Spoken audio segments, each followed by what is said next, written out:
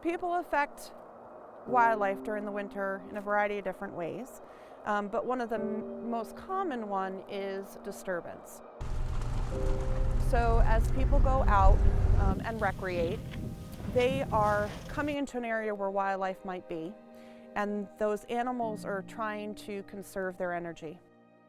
If you're looking whether you're disturbing that animal is really if those animals or that animal starts to move out of the area that you're in, you have created a disturbance.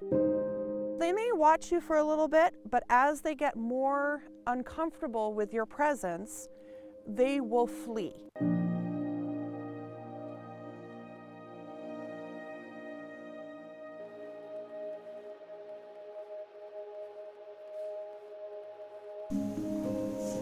Deer come into the winter with fat reserves that they gather during the spring and the fall up in the high elevations.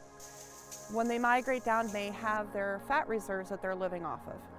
It's really important for them to maintain that body fat because that's what they're living with and on during the whole winter.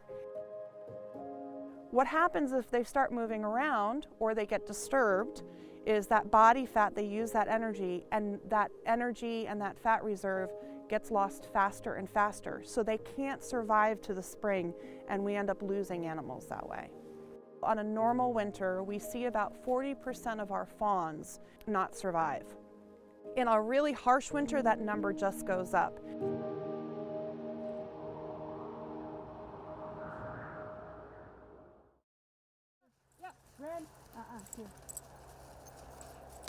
Dogs are specifically more of an issue for wildlife because they are seen as a predator. So if you are a deer or an elk and you see another four-legged animal coming straight at you, they're going to feel threatened and they're going to run and use up more energy to get away from that animal.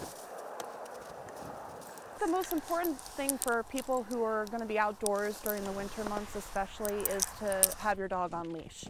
That allows any wildlife that's in the area to not feel as threatened by you and your dog. It keeps the area of disturbance smaller and then also gives the wildlife a chance to get away from what they feel is threatening.